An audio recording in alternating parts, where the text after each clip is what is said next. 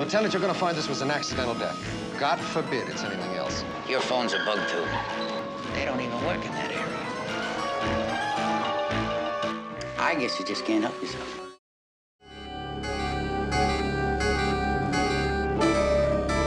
Okay, why don't you get yourself an empty seat or take the girl to the movies or something? I won't need you at all this afternoon. Gee, thanks, Mr. Hamlin. Right. There's plenty of ice in there, sir. Okay, you scoot now. Yes, sir.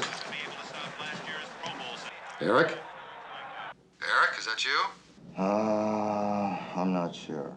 Listen, Paul, I mean, what do you mean calling me up like this? Get this straight. You can't make up your mind on third down, you call me on a field phone.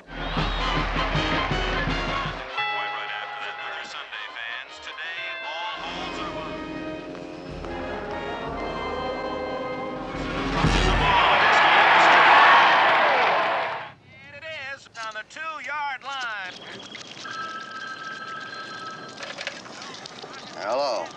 Yeah, Eric, it's Paul again. I got the radio on here in the box. I guess it's a little loud. Yeah.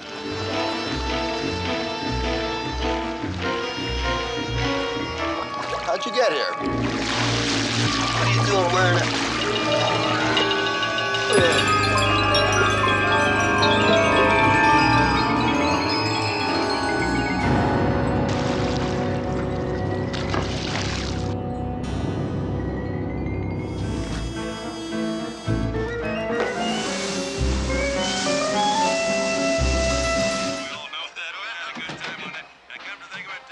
Coach? Yeah. Nobody answering your field phone. I've been trying to reach you.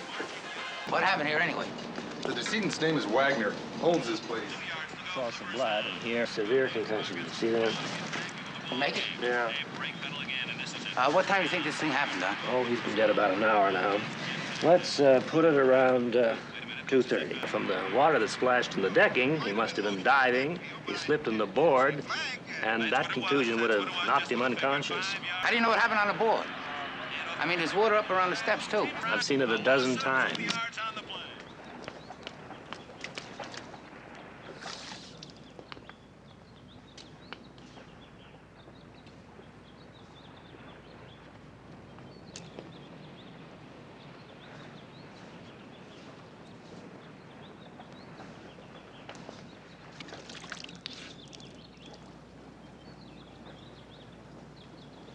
Officer, is there a gardener?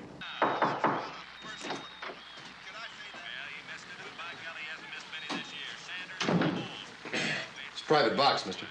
Well, I knocked. You are Mr. Paul Hamlin, aren't you? I've seen your pictures in the newspaper. Well, Eric Wagner was found dead a little while ago in the swimming pool. I just talked to him. You did? Called him from here before the game. And I called him again a little time later. Looked like Mr. Wagner had some kind of a party out there last night. I don't think that's any concern of yours, Lieutenant, any more than it is mine. Now, you've done your duty. That's enough, isn't it? Well, I did kind of wonder about the pool service. By any chance, you don't happen to know whether they come to the Wagner house on Sundays? I don't know of any pool service that works on Sunday at all. Why? Oh, there was just this water around the pool decking. Well, it's normal for there to be water around a pool, isn't there? Yes, sir.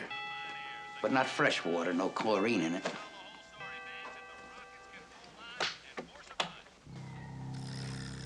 So, his death was an accident. There must be some simple explanation. Well, that's why I said it looked like an accident, sir, because if someone had used a hose around there, like to maybe hide something or make it look like Mr. Wagner was diving, well, that's my problem, sir. Red courtesy telephone. Mr. Can't talk to you. Just goes back. You following me? Well, sir, it just seemed like a funny place to make a funeral arrangement.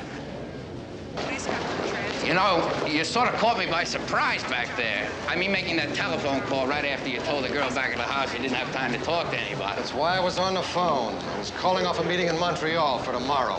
Lieutenant, you're gonna find this was an accidental death.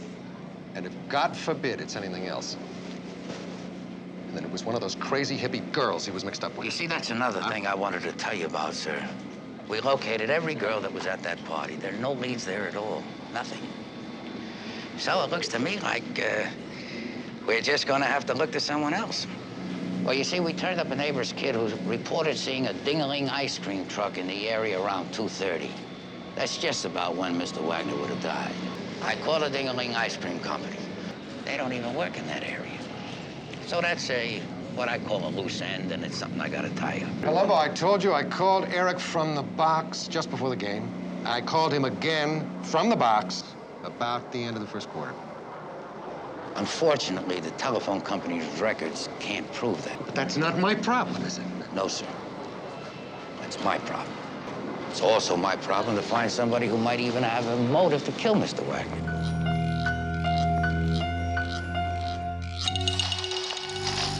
You looking for something? Hold it right there. Just raise your hands up. Now, wait a minute, officer. This isn't what it looks like. It's all right. He won't have a gun. Just get his wallet. Thank you, sir.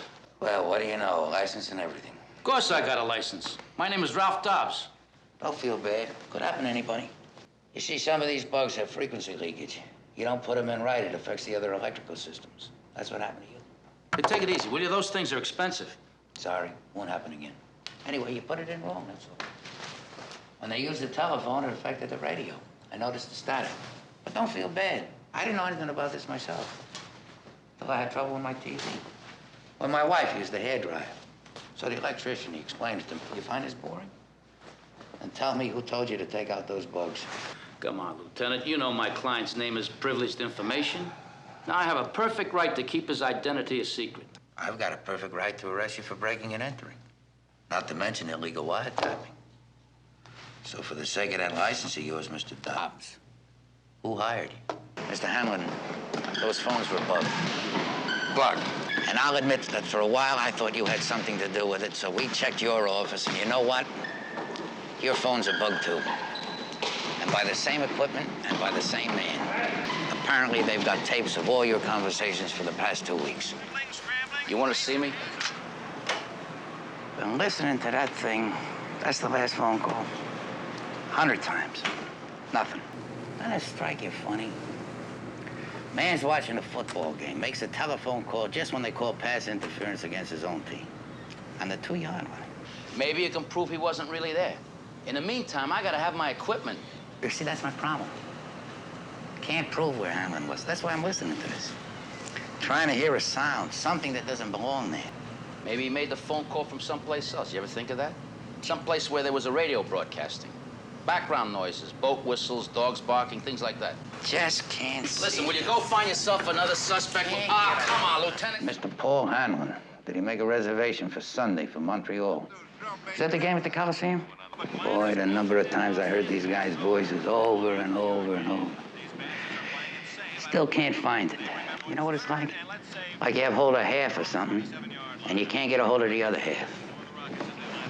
Yeah, right. To be wide right, Smith over the ball. Here's the count, and the snap line. Fakes the handoff, fades back to pass. Looks, he goes to Sinelli, open in the flat. He's complete to the 30. All right, Columbo. Now, what do you want?